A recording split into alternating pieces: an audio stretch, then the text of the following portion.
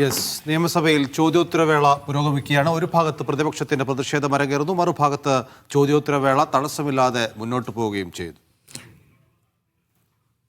സൂചിപ്പിച്ച വിഷയത്തിൽ ഭൂമി ഏറ്റെടുക്കൽ ഉൾപ്പെടെയുള്ള കാര്യങ്ങളിലാണ് പ്രാഥമിക റിപ്പോർട്ട് തയ്യാറാക്കിയിരിക്കുന്നത്.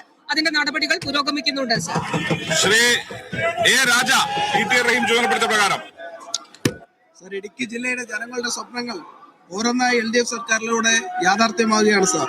സാർ, റോഡ് വികസനത്തിലൂടെ ഇടുക്കി ജില്ലയുടെ മുഖച്ഛായ തന്നെ മാറ്റുന്നതിന് LDF സർക്കാരിന് കഴിഞ്ഞിട്ടുണ്ട്. സാർ, പ്രത്യേക അഭിനന്ദനങ്ങൾ സാർ. സംസ്ഥാന സർക്കാരിന്റെ നേതൃത്വത്തിൽ സംസ്ഥാനത്ത് മറ്റെവിടെയെങ്കിലും തുരങ്കപാത നിർമ്മിക്കുന്നതിന് തീരുമാനിച്ചിട്ടുണ്ടോ എന്നാണ് എന്റെ ചോദ്യം.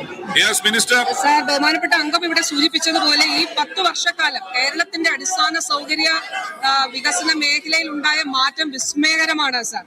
സാർ, ഇടുക്കി ജില്ലയിലെ ഷോട്ടുകളൊക്കെ കണ്ടിട്ടുള്ളതാണ്.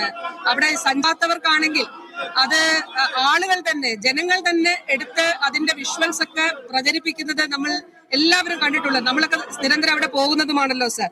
സാർ, സംസ്ഥാന സർക്കാരിനെ സംബന്ധിച്ച് അടിസ്ഥാന സൗകര്യ വികസന മേഖലയിൽ നല്ല നിലയിൽ മുന്നേറ്റം ഉണ്ടാക്കി എന്നുള്ളത് അഭിമാനകരമായിട്ടുള്ള ഒരു കാര്യമാണ് സാർ. ഇവിടെ നമ്മുടെ സംസ്ഥാന സർക്കാരിനെ സംബന്ധിച്ചിടത്തോളം ഇനിയുള്ള നിർമ്മാണ പദ്ധതികളിൽ തുരങ്കപാത പോലെയുള്ള പദ്ധതികൾ ഉൾപ്പെടുത്തി മുന്നോട്ട് പോകാനാണ് നമ്മൾ ഉദ്ദേശിക്കുന്നത്.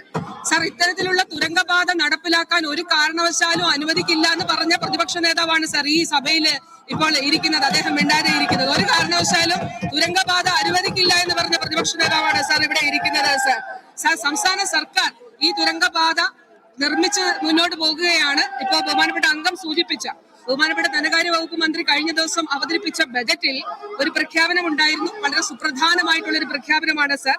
അത് കട്ടപ്പന തേനി തുരങ്കപാതയുടെ നിർമ്മാണം സംബന്ധിച്ചാണ്. അതിന്റെ തുരങ്കപാതയുടെ സാധ്യതാ പഠനത്തിനായി 10 കോടി രൂപയാണ് ബജറ്റിൽ അനുവദിച്ചിട്ടുള്ളത്. കട്ടപ്പന മുതൽ തേനി വരെ 20 കിലോമീറ്ററോളം യാത്രാലാഭം സാധ്യമാക്കുന്ന ഒരു വലിയ പദ്ധതിയാണ് സാർ നമ്മൾ വിഭാവനം ചെയ്യുന്നത്. അപ്പൊ നമുക്കറിയാം, സാമൂഹികവും സാമ്പത്തികവുമായിട്ടുള്ള വലിയ മുന്നേറ്റം ഈ ഒരു തുരങ്കപാതയിലൂടെ ഉണ്ടാകുന്നു.